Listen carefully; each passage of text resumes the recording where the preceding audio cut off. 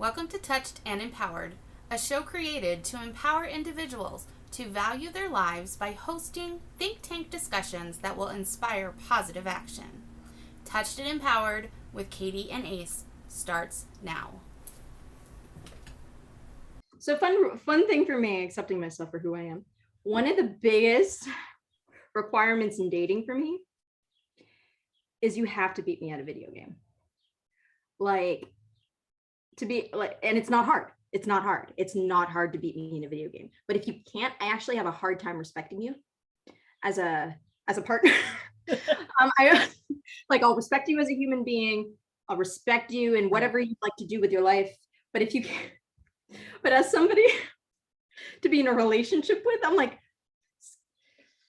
you need to have that competitive thing with your other half. I want to be able to feel like I have a challenge of growth. Which that makes perfect sense. And my son is 19, so video games are kind of like his life. So my favorite game this is Disney Infinity. Ooh, that one I loved Disney Infinity. I was like, I could play the story or I could just go run around and do whatever. My son's favorite thing in the world was to take he'd run around in whatever character he was in. He would pick me up and throw me off the side of the world. Well, that's not fun. That's not fair.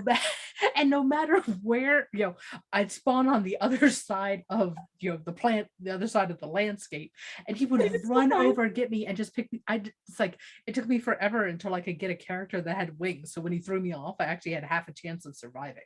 Oh my god, that's hilarious. Oh, okay. So next time you talk to my son, you could be like, "So I hear you like to kill your mom on a regular basis." All right. Well, that's something that I'm gonna definitely go with. And it was only with video games, and it was just because he had already mastered the game. He got bored with it, and he liked to see me react as to, "No, don't throw me off the side of the world again." So it's funny. All right, there was this one guy. I love Tekken. I do love Tekken. Mm-hmm. Was a point in time where this guy freaking figured out my habits with the game. Oh, like he watched me play and then figured out the timing of like when to put his and I'm not gonna lie, that turned me on, but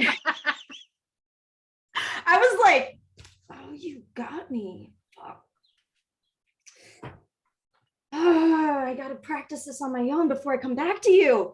That's like that really, I was like, oof. Oh no, I can't tell him that I'm attracted to this. Well, it's kind of like, all right, I've been married for 23 years. There are times you have to do something to spark the interest again. So I completely get it that it's like you have to find a way to push the buttons and find out how to beat them at their own game. So more power to him. I was so like, so he could, that day I knew he could beat me, right? Right. So I stopped playing. Not because I was discouraged from playing, but because I knew I was like, I got to do something different. What is it? Now I have to go figure it out before I come back and keep getting beat. Mm-hmm. Right. Which for me, that wasn't the case with my son. I just kept letting him throw me off the side of the planet because it was funny. Oh, that's cute. He is your son. He's my son. He gets away with everything. So yeah, but for me, and I don't like mind games. Don't get me wrong. I don't like mind games, but that made me want to do better. Like it made me want to figure out what it is that I do so that I can throw him off now. And it was just like, and it was fun for me when it came to video games. Well, it's like for me, the game was Battleship. Mm-hmm. I adore that game. My husband and son refused to play it because I'd always win. They hadn't found a way to beat me at it. But that's not fun. Well, I look at it this way. My husband's game is Scrabble. I could never beat him at Scrabble until I found Ultimate Scrabble. Ultimate Scrabble is a board game that has 5 extra spaces all the way around the board. That includes squares like quadruple letter and quadruple word. Mm-hmm. And that was the only way I could win, was to play on the bigger board and wait till we got to the outskirts and then use a Q word on one of the quadruple words. Because you didn't know beyond that capacity. Now that's interesting. So, I mean, granted, 99% of the time he still kicked my butt, but I had that 1% chance of winning on that bigger board. So that's the only board game, that's the only board that we would play when we play Scrabble, because I have to have that 1% chance. And I realized that that's what got taken away with Battleship. There wasn't a way for. Now, I'm pretty sure that they could probably find a way to kick my butt in Scrabble, but they had gotten to the point to where they couldn't think of a way to outsmart me in that game. That makes sense. So, all right. I know we're getting down right now. I love it. I love it. I love it so much. So my pattern with games is, let's say I'm playing a game with a video game or some type of game with somebody, right? And we're always consistently playing. My pattern is, if I'm losing in the beginning, I'm okay. I'm happy with that. But it's showing me everything that I need to sharpen. Right. I need to show, like, for instance, when this guy beat me, I was like, okay, timing. That is what I need to work on. Now I need to go sharpen that. Right. And I keep focusing on sharpening that until I can beat the person. And then usually, because I've already built that skill up because of all the practice that I did over the time of like still continuing wanting to play, it got to a point where they couldn't, like, it was almost second nature. They couldn't beat me at any twist or turn because I figured out how to sharpen that one thing that I needed to sharpen. Yep. Which for me was getting a bigger board and learning a lot of words with the letter Q in it. There it is, right? And it was funny. It would happen over like 6 months of me knowing the person. And then the 6th month, it was just like out of nowhere, hit the turn. And then like just was able to pull out this one skill that was fortified, or this one. And it wasn't always a skill. Like, let's say it was patience that I needed to work on. Or let's say it was confidence, security, like something specific, right? That a certain strategy or a certain set of button sequence or weakness, any of my weaknesses that I needed to build internally, that I was able to strengthen, so that when I needed to subconsciously do anything, it would just do. And that was something that I would do, and it would throw guys off like crazy, because it was something like, it was to the effect of how somebody, like, they'll keep building on a skill, but not change their paradigm. Right. I would change my paradigm, and that's when, like, subconsciously I would just be able to do things effortlessly. And going back to where we started with the beginning of this, that shift in the paradigm that we had when we were touched and empowered to do something about it. And people who we will be interviewing on future episodes of this podcast are going to be people who, they had that one thing that shifted, that one thing that clicked, that one thing that created that new paradigm for them. So then that way they can move forward with either a stronger sense of purpose or a stronger sense of duty, or just a stronger sense of self.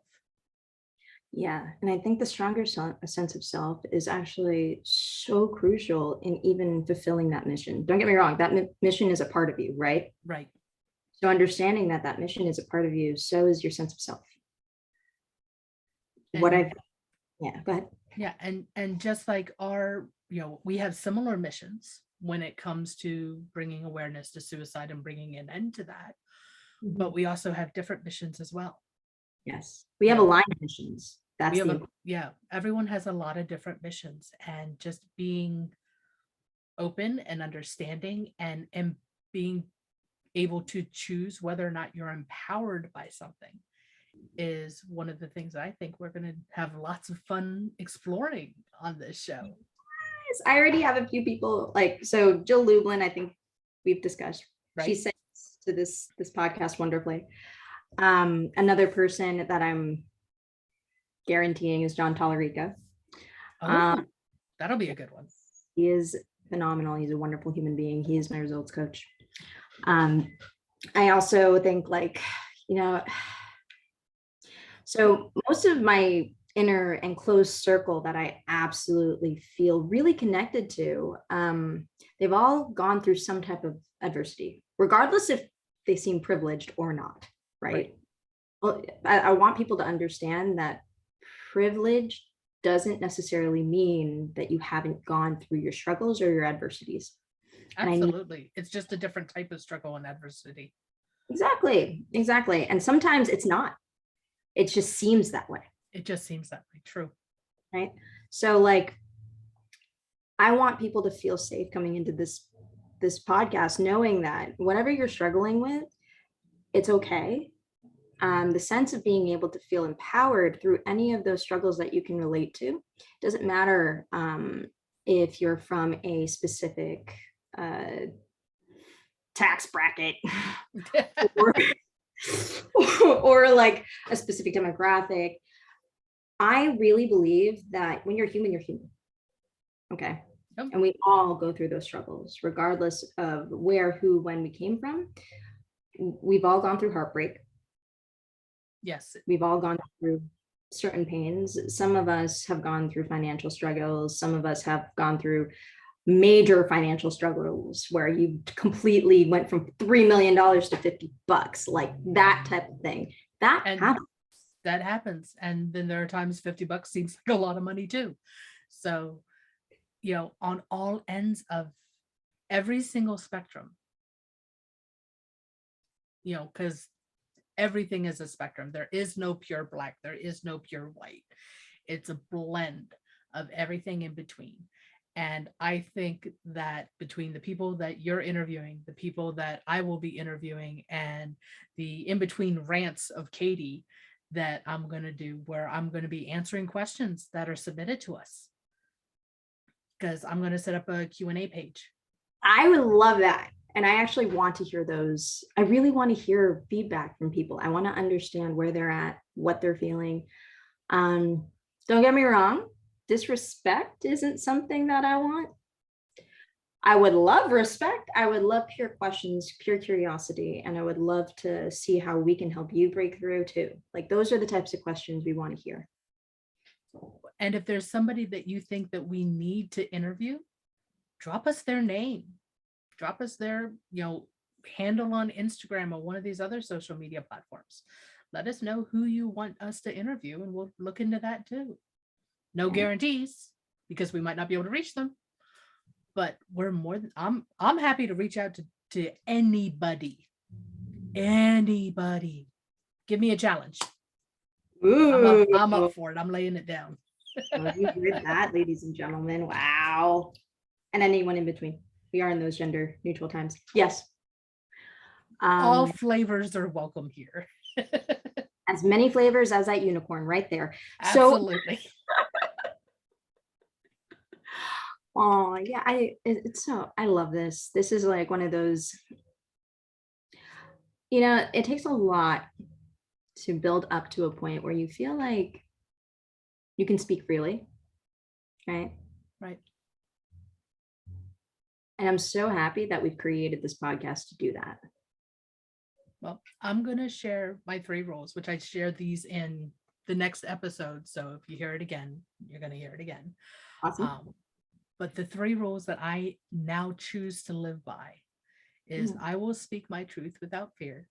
And I ask that of all of our guests. I will listen without judgment. And I ask that of everyone in the audience. And I respond with love. And I ask that from every human on the planet.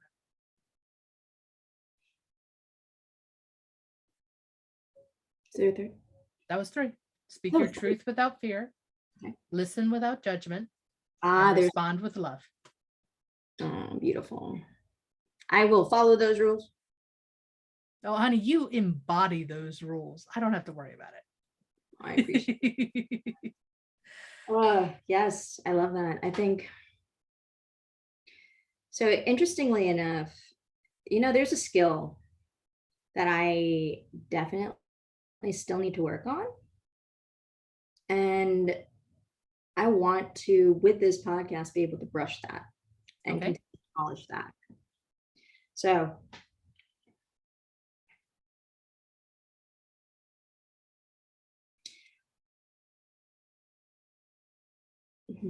take full responsibility without shame.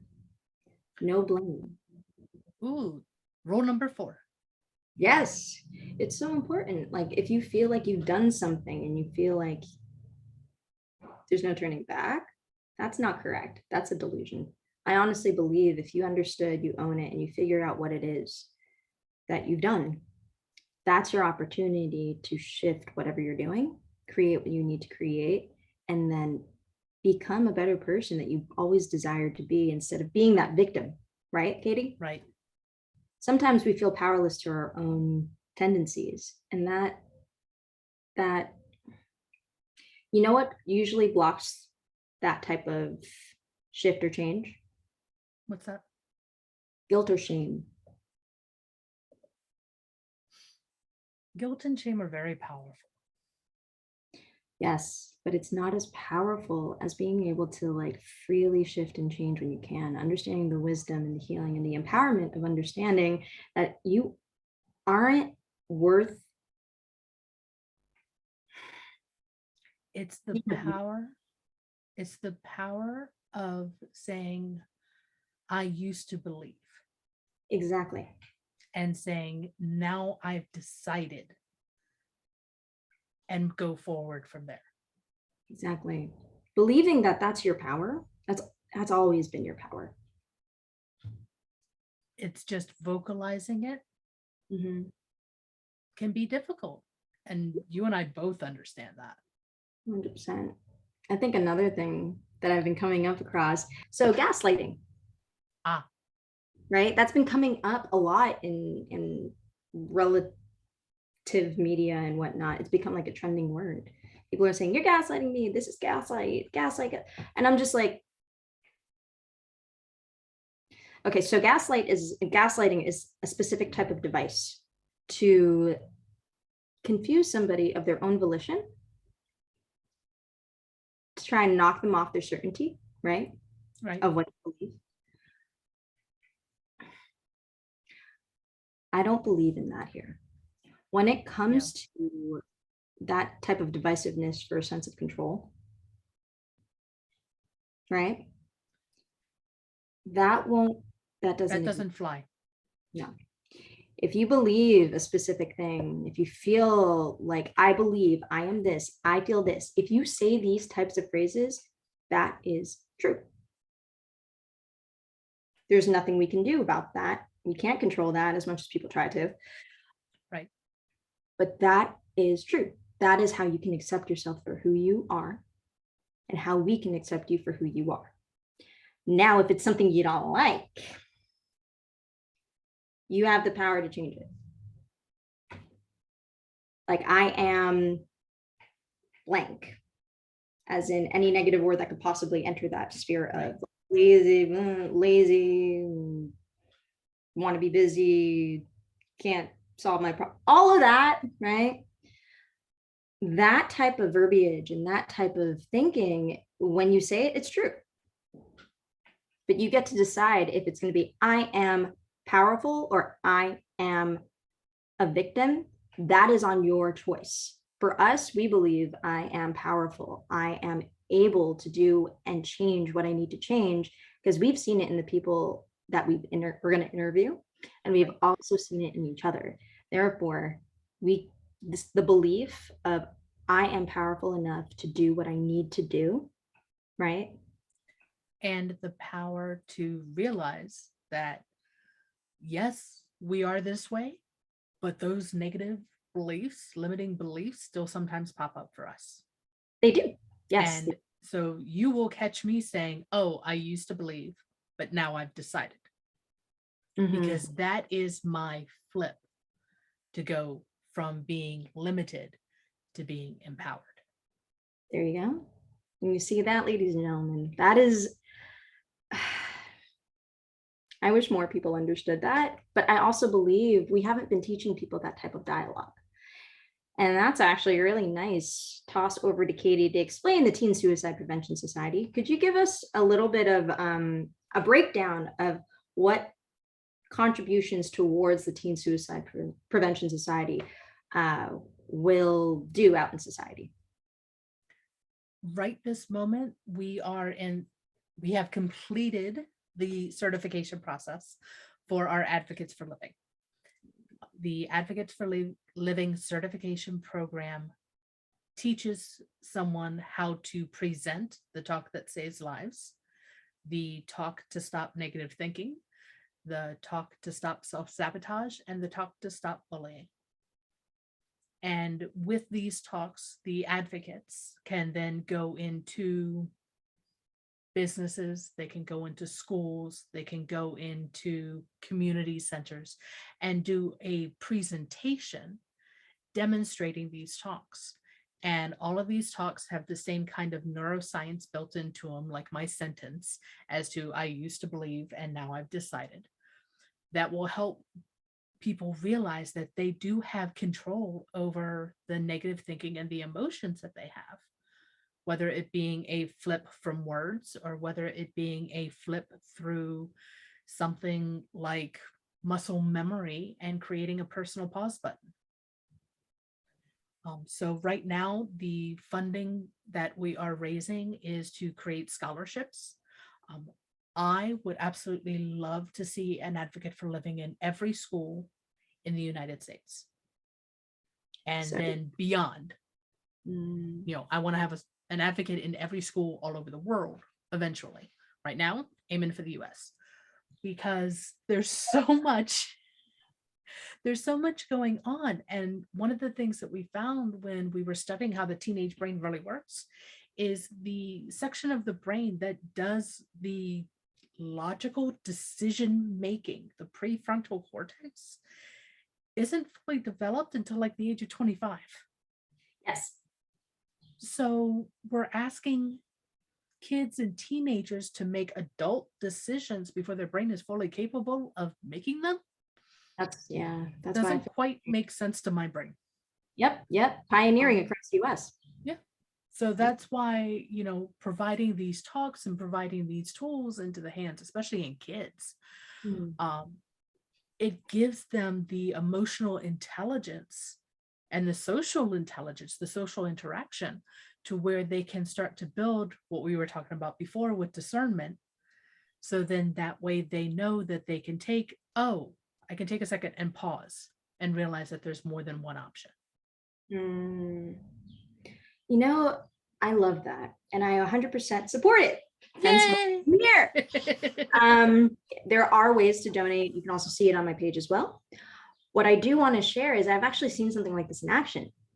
So when I was in high school, there was like this interesting initiative, which I actually found very fascinating, about like safety. Like there were six students from the entire class that they were provided the option, would you like to be a air quotes safety ambassador?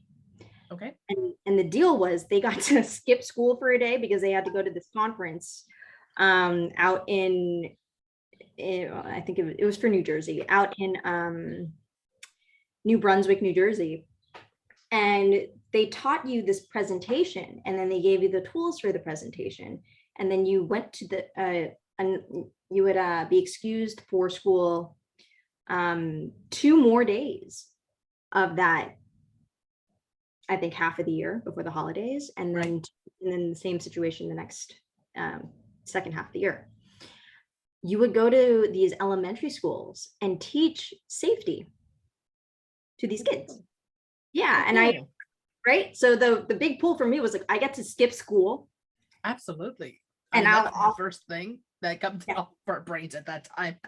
Right. And all I have to do is present this thing that you're already giving me all the tools for, and you're even giving me the words. Heck yeah. So I remember doing that, and I was teaching little kids the importance of a helmet. Yeah. And teaching them why it's so important, one. And two, teaching them about what happens when you hit your brain. Funny enough, I'm recovering from a concussion. But that's on a side note. That's a side note. Just a side note. So the thing is, it was a helmet when you're like on wheels and looking for the certification for the helmet. And if you're riding a bike, stuff like that. Right. So it was very compliant versus me walking into a glass window. You don't need a helmet for that. And that's fine. But oh my God.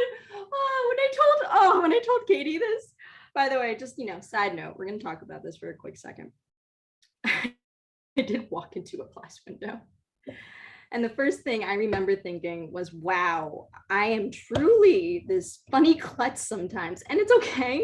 I actually enjoy that part of my life. I just, You have fun with it. I do. And like the funniest part of that was like telling either my cousin or my friends, like, you know what they do in LA? Everyone would ask me, you're recovering from a concussion? What happened? What happened? I'm like, those glass windows in LA and how well they're cleaned. I don't know why it's so clean here. And they do such a great job. And then they already know. That's a great lead up to the fact that that's how it happened without actually saying I walked into a glass door or a glass wall. I thought it was a door, Katie. I thought it was a door. There was a handle on the other side, and I thought there was a matching handle for another door. And by the time I realized there wasn't a handle, it was too late. It was too late. My face quickly, by the way, hit the glass as I looked up, and just thank goodness for my nose, because I'm not gonna lie, that my nose actually did bruise. But like, anyways, so like I was saying, I was training little kids about brain safety with helmets for their bikes and it was really, and roller skates and whatnot. But the thing was, like, to be honest, I remember valuing my brain that much because I had to teach kids how to value their brain that much. And amazingly enough, I know that the system would work with that type of guideline as well, mainly because you know what ends up happening? Mirror neurons. That, yes. Also, it sticks with you. Right. Like it does. Like I remember recovering from this, knowing how important my brain is. I'm 30. I taught that when I was 17. Like to this day, I still remember like, oh, that's my brain. I can't do it that way. We'll stay over here. We're gonna protect this thing. Like, well, the other thing is going back to the neuroscience and the mirror neurons and stuff. When you say something out loud multiple times, your subconscious files it away thinking it's important, which is why now your brain's like, oh, wait a minute, we know all this stuff about brain health. We need to make sure we take care of the brain. Absolutely. And that's the power of what we teach at the Teen Suicide Prevention Society. We teach the talk. That's a script. You practice the conversation. Mm-hmm. And it's also really important. So like, I love that you brought that up. So as we're talking about gaslighting, right? Right. And talking about how to reverse the side effects of gaslighting, that's actually what you're doing when you're reaffirming, when you're saying, I am this, and creating that dialogue. So what ends up happening is like, when somebody yells at you and says, you are this, right?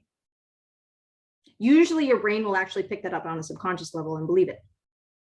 Well, yes, because it has an emotional impact.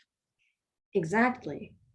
But what's important is actually being able to acknowledge that that's not true.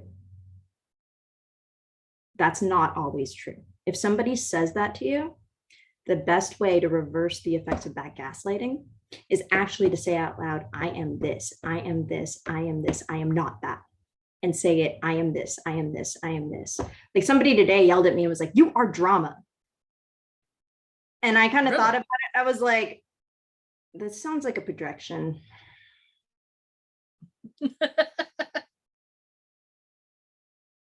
Right? It does. I'm thinking, I'm like, go ahead. I'm just thinking, it's like if someone yelled at me, "You're drama," and I'm like, what kind of drama? Am I a comedic drama? Am I a tragic drama? Am I a drama mystery? Am I a terror drama? But then again, that's my brain. So That is funny. Like when this person said it to me with such intensity, I was like,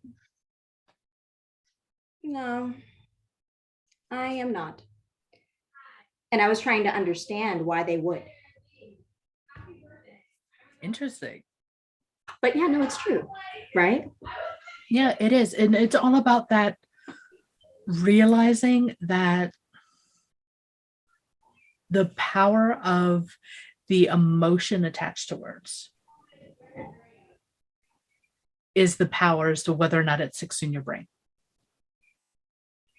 The intensity of the emotion around the words, both positive and negative, unfortunately.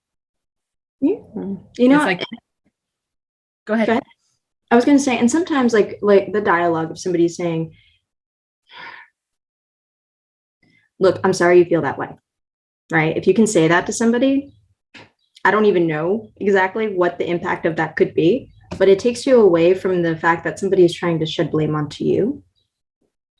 I don't know if people know how to do that. Like, I don't know if people understand how important it is that you are not your behaviors. You can actually change your behaviors. True. But if you decide I am X, Y, and Z, that is what's going to happen. True. And that's why we have the power of saying, oh, I used to believe. Exactly. I don't believe I'm drama. Yeah. I used to believe that I could not survive without a 9-to-5 job. Wow. I used to believe a 9-to-5 job killed me every day. I used to believe that I had to have a 9-to-5 job to have the security to know exactly what my paycheck was every 2 weeks. So then that way I could pay my bills. Oh, wow. Okay. Yeah. Yeah. I don't believe that anymore. Yeah, I don't either. I really don't believe that one anymore. Yeah, I really don't believe that one much anymore. Yeah. And it took a while for that to sink in, especially when I lost my job. But going through the process of doing these talks and practicing them and fine-tuning them and doing the certification process and getting that built out and everything, even though I wasn't being part of the practicing of the scripts, I was reading them out loud enough that my brain's like, you know what? You are creative, capable, and resourceful enough to take care of all of your bills without knowing where the money is coming from. And I'll be damned. I've been able to pay every single one of my bills. I love that. I might only have $5 left in the account right now, but hey, I was able to pay all of my bills this month, which means I now have 10 days to make money for me. Yay! See, those are the types of things. Or I think one of my favorite affirmations that came about during one of the really tumultuous relationships of my life back in the day. Back in the day. I love how you say back in the day. Don't you see it? Back in the day. I used to believe back in the day. Yep. Many things then. And then what ended up happening was, because I was able to realize, because of those beliefs, I actually attracted this partner that I had in my life. And there was a time when he wasn't there. Right. So I had to build myself up at that moment. And it was an emergency moment. Right. I actually had to say, I'm smart, I am strong, I am beautiful, I am intelligent, I am loved. And I had to say that over and over and over again to bring it back my own internal strength, because I actually gave away all that power to somebody else, right? A lot of people actually do that. It's not uncommon, especially Sometimes a lot of we don't even realize we're doing it. exactly. We have no clue. And then what ends up happening, right, is that when you're in those types of relationship, and if that partner doesn't correct you, by the way, they'll let it keep going, and you'll let it keep going until you recognize what it is. Right. I think it's so important, to have those outlets that empower you, like this. Because without these types of networks, without these types of sound bites, this type of content, this type of voice to tell you that you are powerful enough to do anything, you will fall for anything. But also know that once you do fall, you have the power to get back up. Exactly. So what's funny is I'm so happy that you said that, because so many people actually just go with that and then that's it. They're like, ah, crap, I fell. But my gosh. Do you know how empowering it is to get back up? Oh yeah. Actually, that's how you win. Like if you get knocked down once, right? That means you actually learned what it was, what happened. Take a second. And then when you come right back up and then some, it is the most empowering, freeing feeling you could ever have. And the thing is that we all know that when we are infants and we are toddlers and we are learning how to walk and we fall down and we get back up and we fall down and laugh and then we get back up and we fall down and laugh and get back up. We only fall down and cry when someone says, "Are you okay?" Because then we think we're not supposed to be okay. Yeah, or we actually feel pain. Or we actually feel pain. Reality to Katie, yes, sometimes we fall down and actually feel pain. Was that kid? Oh, I kid you not. It was so bad. My parents were so, like, I would fall down and then through the pain, because I didn't think it was that bad, I would just keep doing things. Mm-hmm. And that's not okay. You shouldn't do that. Like yeah, okay. Like I broke. If you fall down and break a bone, do not get back up. So I was 8. I broke that bone. It was my left elbow, and so I got back up thinking it was okay, and it was not okay. I went to the emergency room. Honey, you're not the only one. Oh my gosh, I was at the playground and jumped off of a slide and broke my forearm. And got up, looked at all the parents and said, "I'm fine," and ran home with a broken arm. Yeah, I feel you. I literally sat there thinking, I'm okay. And then the pain didn't stop. I remember holding my arm thinking, oh, it's fine. So it still hurts. Laid down, still hurts. Like, usually the pain goes away by now. What's going on? And then we call my parents. We go to the emergency room. We find out I have a hairline fracture in my elbow. Like it's I had a green twig fracture in my forearm.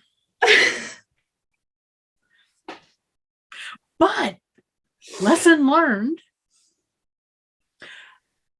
Yes, it hurt. But we got up. We survived. We survived. We're okay. Not only are we okay, we might not be 100% okay. I mean, we're a little bit out there. All right, so let's put it this way. We're okay, especially when we have the discernment to go get treatment. Yes. And be better. And yes. Heal. So it is okay. Look, it's okay to get injured. It's not okay. It's not okay for self-infliction, right? Like you do want to take care of yourself. You want to make sure you're all right. You don't want to make those mistakes again. But, it's okay to heal. Yes. Oh my gosh, that is the most important thing in the world is take your time and heal properly. Whether it being a physical heal, an emotional heal, or a spiritual heal. Take the time that you need to take care of you because you can't help anyone else if you're not taken care of first. Exactly. Because if you help someone else first, it's just going to drain you even more. Exactly. I've had to learn that lesson. I've had to learn that lesson. Yeah. It took 11 years for me to learn that lesson. Can I say 30? No, it's Okay, it might have taken my entire life, but I'm using a set of 11 years as my example of learning that I need to help people from the overflow of my cup. I need to help people from my saucer because Right. what's in my cup is for me. And that's fair. You know, it's interesting, Katie. So like we were talking, Katie did an incredible session with me. By the way, she's an amazing transformational coach. I'm going to throw it out there right now. Thank you, darling. There, thank you. You helped me with through something that I was like, I didn't realize how much was pent up there. And you know what? This happened a few months ago. Mm-hmm. And I realized how much damage was done this week from that one event. Right. So that shed a lot of light on that event for you. Oh my gosh, so much. And then like, yeah, well, here's the thing that's so important about that one event was like, because of that, I didn't realize how much healing would take. Right. That's important. And because of that, like as much as I really, really, really want to be there for somebody, because of how much healing that had to take, I know that I still need to heal from it. And because of that, I realized I'm not ready for something that I thought I was ready for. And that is amazing insight. Amazing. I'm glad that what we did worked and helped you find that. Because when we're not completely healed and we move forward anyways, it hurts more. Completely. Yeah. And I, you know, here's one thing. You are responsible for your own healing, right? Absolutely. And what's worse is like, you know, when somebody harms you and you wish that they would take responsibility for it. Yes. There's been several times that I can think of. Right. Yeah. You want someone to take responsibility for their actions, good, bad, ugly, or indifferent. Exactly. But they don't know how to do that. And they don't know how to do that in a way that truly understands the damage that they've done. And that happens everywhere, right? That happens all the time. What is important, yes, is your own healing. And if that means, and I'm not saying blame, you can blame them, sure, but then you're going to continuously be in a cycle of feeling like a victim. Right. Way to take your power back is by saying, I wasn't ready afterwards. And I thought I was, but I do need to heal and I'm not ready to move forward in any situation dealing with a certain person until you have completely healed. And it is hard to have that conversation with an individual and be like, I need time, I need space, I need to take care of me.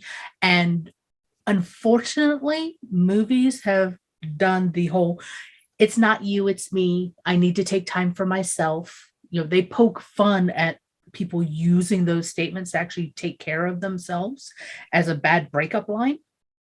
You know, it's funny you say that.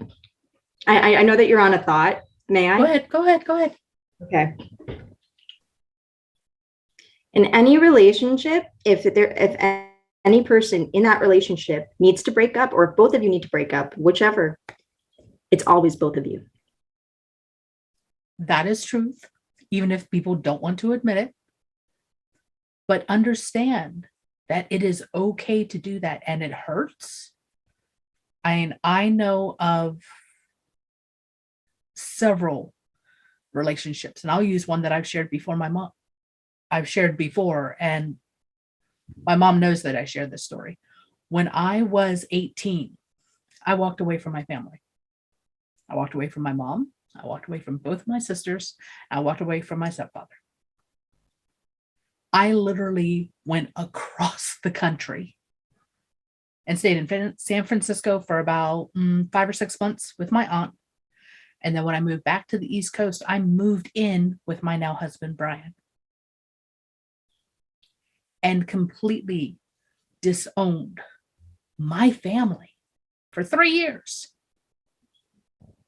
It wasn't until I was pregnant with our son that I called my mom and I'm like, I know we're not talking, but I want you to know you're going to be a grandmother. And if you would like to have a relationship with your grandchild, I am willing to open up communication. Beautiful. The only rule is we cannot talk smack about each other in front of the kid. Makes sense. That helped rebuild the relationship I have with my mom to where we don't always get along, which is normal. I'm told that we don't always get along with our parents, but it is much better now than what it was then. There's also a bigger sense of purpose too. It's not just you and her, it's the kid. Yeah, that's true. But that hurt. But I needed that complete clean cut because unfortunately my stepfather was not a nice person. And it was not a healthy household that we were living in. And I was fed up. I was done. I was not going to go back under that roof. I was not going to walk back through that front door. I couldn't be pulled by wolves. I was not going into that house. And that was my way of doing it. I probably did it way over dramatic just because I like theater. I like theater. No, I like theater. It just sounds. I'm seriously like playing it down. I'm not going into the whole theatrics and drama and throwing stuff and all the other negative things that I did during that time. It was not pretty. Emotions are real. Emotions are real, but it helped me make that clean cut so I could start doing healing on me. That makes sense. And that, I think, is what helped me become a better mom when our son was born. Because it allowed me to create the spaces to where he can talk to me about absolutely anything under the sun. No snap judgments, no snap consequences. We're going to talk about what you did, and there will be consequences to what you did, but nothing immediate. Because I know emotions are high, and when we're strung out, stress, emotions, then we don't always make the best decisions and we don't always say the smartest things. Oh, absolutely. Especially when you're not healed. Yeah. Oh my gosh, when you are not healed. So that was my lesson, was taking that time for me to heal from before leaving the house to after leaving the house. Is what helps me with giving people that safe space that they can be in when they're hanging out with me. Yeah. Oh my gosh. I remember when I used to, that's so important. And, I commend you so much for doing that, especially with somebody like your mother who's been in your life forever. Right. It's so important and integral. That's insane. Oh, I did something similar. I did. But it was more covert. I am not covert. I don't think I have a covert bone in my body. I am too obvious. Well, I felt like at the time, if I did state it, it would have created more attachment. Yes, that does happen sometimes. Yeah, it wouldn't have been safe regardless. So I did something very similar. But what I found to be really interesting was like being able to heal and transform what's happened and understand what happened. It's so, all right. So let's say, all right. I used to believe in a lot of different things. Okay. Back in the day, we have like 9 minutes. I do want to share this. I used to serial date, right? Right. One after the other kind of, but at the time I was like, my heart was like malt liquor. Like I said, right? Like everything there was just like, yeah, sure. Love exists somewhere. Well, let's see if it actually is here. No, it's not. I've never heard it described that way before. That's awesome. Right? Like you're just like drunk off of it. You're just like, yeah, it's here. Possibly, maybe we'll see. And like you just keep going with it. Right. Why not? Right? Yeah, you can't do that forever. You cannot do that. No. So there came a point where I was like, it's true. I can't do this forever. This hurts. This is exhausting. It's tiring being drunk all the time. And I'm not saying liquor wise drunk, but like literally drunk off of this delusion, and then not taking care of myself because of it. Right. Not valuing myself because of it. So when that ended up happening, I took a pause and I went, I see. I'm gonna be single for about, I'm giving myself a year. And that was like in my 20s, right? I was like, I can't keep doing that. It's getting exhausting. And there are things that I need to accomplish. There are people I need to take care of. I can't do that anymore. I can't. Right. So when that ended up happening, that was actually a very slow yet insane process, because what you're doing is you are changing a paradigm. Once you understand how important something is outside of just you, right? It's like your parents, your children, anything, like just anything like that. Once you understand that, right, that delusion can't exist anymore. So that means all the paradigms are going everything to shifts. Everything will shift. The people, the living space, the car, the relationships. And then once you let go of all of those different things that were covering up the truth in your mental faculties, and then all of a sudden within your environment, it'll be different. Things will transform. You will be different. Yes. And there will be two reactions that you get. One reaction, the people who care for you will love you even more because they've seen how much you've grown as an individual, how more certain you are in yourself, how much more self-confidence that you have. The other people are going to choose to leave because they don't like that they're not getting the reaction out of you that they used to get. And that's you were in that negative space. And that's okay. That's okay. Because the thing is, they would have kept leeching off of you until you died.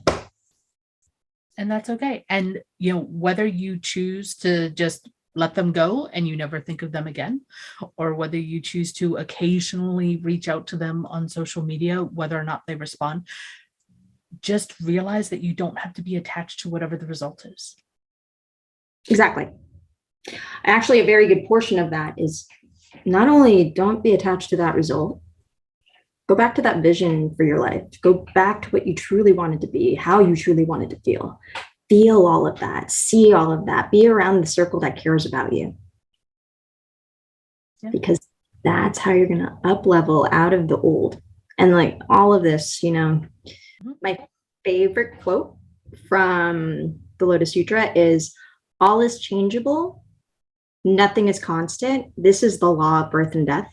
Extinguishing the cycle of birth and death, one enters the joy of nirvana. Ooh. Right? I'll send you this one. It is really important. So the thing is, as things continue to change, being able to embrace that is so crucial to our existence and to living a enjoyable life. When one doesn't know how to do that, you can be trapped. You can get stuck in a cycle of your own making. And we all have the power to change. Just like the seasons change. But you also have the resources to change back. Just like the seasons always come back. Exactly. It's the power to transform that we are after. Yes, and that's what we're in the line of work to do. Yep, and so we will continue to share and tell lots of stories and see what else we can come up with. We have so much ground to cover. We just talked about, we're going to get into the financials next time, probably. Next time? Okay. Or when we can. I think it'll change everything is changeable, right? Everything is changeable. So I will just put it in my notes that a future episode is going to be about how we did not learn about budgeting. Yes, we will talk about financial education and empowerment in that space as well. So thank you everyone for joining. I'm so happy and grateful that I was here with Katie, and then we're able to share our hearts here. And I'm so happy, so happy and grateful for these opportunities to really share our hearts. So thank you for listening, and keep tuned, because Stay tuned and check out the description for the link to the page where you can drop us a note, leave us a message, recommend we contact someone, leave us a question, or say you want to be on the show. Yes. I'll play with that idea. Yeah. Can we hold on? Can we repeat the stay tuned? Of course. All right. So stay tuned. Just, I was going to say keep tuned, because but yes, stay tuned with us. Katie has a lot to share, all the potential that we can grow from right here. And by checking out the link that we have in the description of the show, you can leave us a note saying yay, saying nay, tell us who you think we should reach out to be interviewed on the show, or if you want to be interviewed on the show, or ask a random question for Katie to answer, or send us a funny joke. Oh my gosh. Send us something. If you do that, I would love that. Oh my gosh, the amount of joy that comes from this. Goodness, yes. Also, Katie, I think we should probably drop that link about the Teen Suicide Prevention Society as well. If you're open to it, no pressure. Thank you so much for supporting us, and thank you so much for supporting our cause. Feel free to contribute to the link below. And if you do not have funding to contribute, that is perfectly okay. Still visit the website. You can download the guide for the Talk That Saves Lives for free. We are giving it away for free. Practice the script, practice the conversation, share it with the world. We can help everyone one talk at a time. Thank you for joining us. We hope that the discussion today will inspire you to take positive action in your life. Until next week, be empowered.